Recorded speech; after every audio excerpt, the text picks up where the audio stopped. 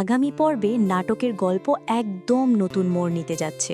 কারণ ডিভোর্সের সিদ্ধান্ত নেওয়ার পরেও নিহান আর রানিসা কেউই ভিতর থেকে শান্ত থাকতে পারছে না।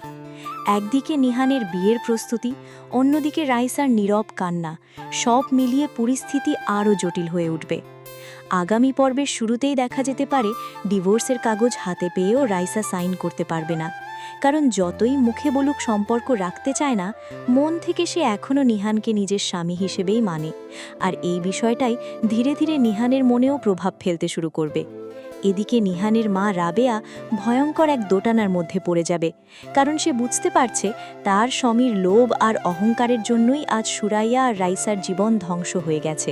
তাই হয়তো এবার সে সব সত্যি নিজের ছেলের সামনে প্রকাশ করার সিদ্ধান্ত নিবে।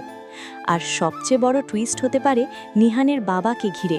কারণ যদি নিহান জানতে পারে যে তার বাবাই সুরাইয়ার 50 লাখ টাকার লটারির টাকা আত্মসাৎ করেছিল, তাহলে বাবার প্রতি তার সম্মান এক মুহূর্তে শেষ হয়ে যেতে পারে। তখন হয়তো নিহান নিজের পরিবার আর বিবেকের মাঝখানে আটকে যাবে। অন্যদিকে যেই মেয়ের সাথে নিহানের বিয়ে ঠিক হয়েছে, সেই মেয়েও হয়তো বুঝতে শুরু করবে যে নিহানের মনে অন্য কেউ আছে। আর তখন বিয়ের বাড়িতেই শুরু হতে পারে নতুন অশান্তি। এছাড়া আগামী পর্বে আরও দেখা যেতে পারে বস্তির মানুষজন আবার রাইসার পাশে দাঁড়াবে। কারণ সবাই বুঝে গেছে রাইসা কখনো টাকার জন্য নিহানের কাছে যায়নি, সে শুধু নিজের সম্পর্ক আর সম্মানটুকু চেয়েছিল। তাহলে কি শেষ মুহূর্তে নিহান নিজের সিদ্ধান্ত বদলাবে?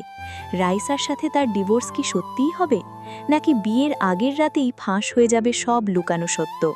এসব কিছু নিয়েই আগামী পর্ব হতে চলেছে অনেক বেশি ইমোশনাল, রহস্যময় আর টান টান উত্তেজনায় ভরা। ধন্যবাদ।